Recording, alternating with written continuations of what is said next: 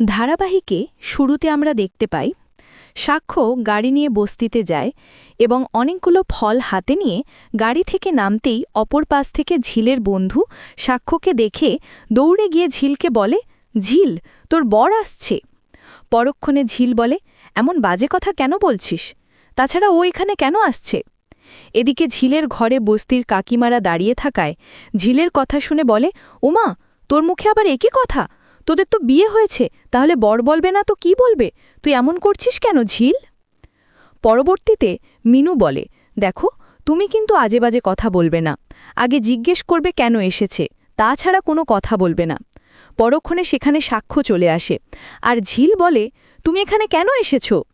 সাক্ষ্য কিছু না বলেই হাতের ফল খাবারগুলো মিনুকে দিয়ে বলে, এর মধ্যে আমি সব কিছু লিখে দিয়েছি, আপনারা একটু টাইম মতো খাইয়ে দেবেন।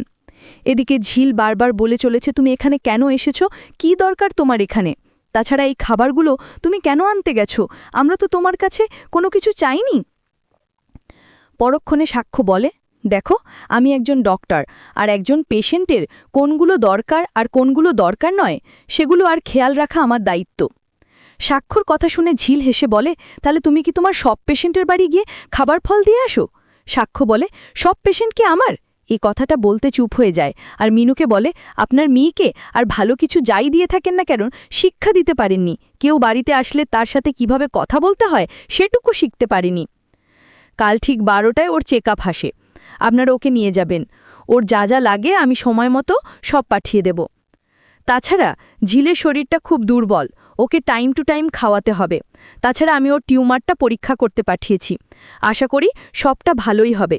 যদি আপনি তাড়াতাড়ি ওকে সুস্থ করে তুলতে চান তাহলে ভালোমতো খাওয়াতে হবে। এটা বলে সাক্ষ্য অমলেট না খেয়ে বেরিয়ে যায়। সেটা দেখেই মিনু বলে, বাবা, তুমি তো কিছু খেলে না। পরক্ষণে সাক্ষ্য বলে, আপনার মেয়ে আমাকে বারবার অপমান করছে।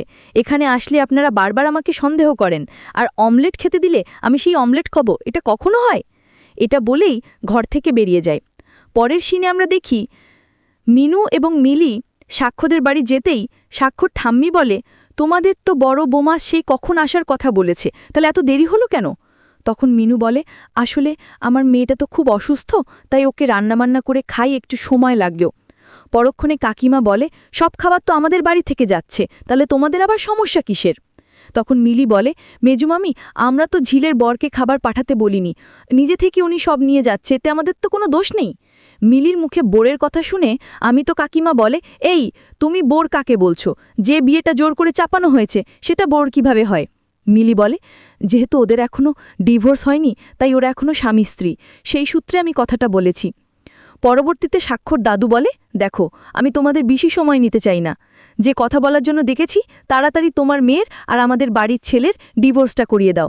আমরা সাক্ষ্যর জন্য সম্বন্ধ করেছি। তখন মিনু বলে ওকে, একটা বিয়ে শেষ হতে না হতে আরেকটা সম্বন্ধ করেছেন, এটা কেমন কথা মেসোমশাই? পরবর্তীতে সাক্ষ্যর মা বলে, সেটা আমাদেরকে না হয় বুঝতে দাও। তাছাড়া তোমার মেয়ে এখন অনেকটা সুস্থ, কোনো টাকা পয়সা লাগলো না, এখনও অবধি কোনো খাবার কিনে খাওয়াওনি, সব কিছু আমাদের বাড়ি থেকে গেছে। তখন মিনু বলে, আমি এখন এইসব কোনো কিছু নিয়ে ভাবছি না, আমি এখন আমার মেয়ের শরীরটা নিয়ে ভাবছি। আমার মেয়েটা এখনও অনেক অসুস্থ, আপনাদের বাড়ির ছেলেকে আমরা আমাদের বাড়িতে যেতে বলিনি, সে নিজেই গেছে। তো বন্ধুরা, এই ছিল আজকের পর্ব। পরবর্তী নাটকের আপডেটগুলো দেখতে আমাদের চ্যানেলটি এখনই সাবস্ক্রাইব করে পাশে থাকুন। ধন্যবাদ।